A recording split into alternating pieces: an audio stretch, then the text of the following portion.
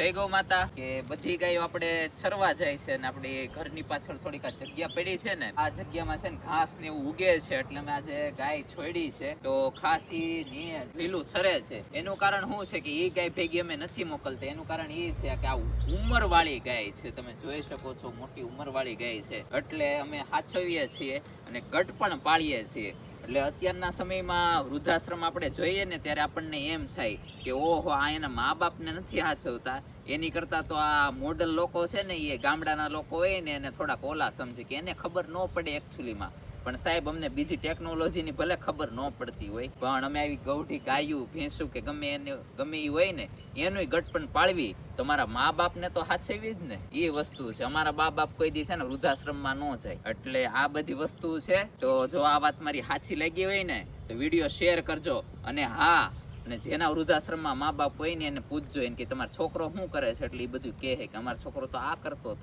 હતો. કારણ કે એનું કારણ છે, એમાં એનોય દોષ નથી. કારણ કે એને કોઈ દી જોયું નથી, એના મમ્મી પપ્પા પાસેથી જાણવા નથી મળ્યું. અમારા બાપ દાદા પાસેથી જાણવા મળ્યું છે કે આપણે બળદ ખેતરમાં આકાવતા હોય ને તો ઉંમરવાળા થઈ જાય ને કે એનું આપણે ગઢ પણ પાળવું પડે. મૂળ મા બાપના સંસ્કાર હોય ને એ જ આપણી પાસે આવે. એટલે એ એમ કહી દે કે ગાયોને ગઢ પણ પાળવા પડે, બધાને ગઢ પણ પાળવા પડે કે આપણે એનું દૂધ ખાધું છે. એટલે મા બાપનો સવાલ જ નથી આવતો. એટલે આપણને ખબર પડી જાય આના પાળવી છે, મા બાપને તો દિલથી હાચવવો પડે. જય ગૌ માતા, જય ગૌ.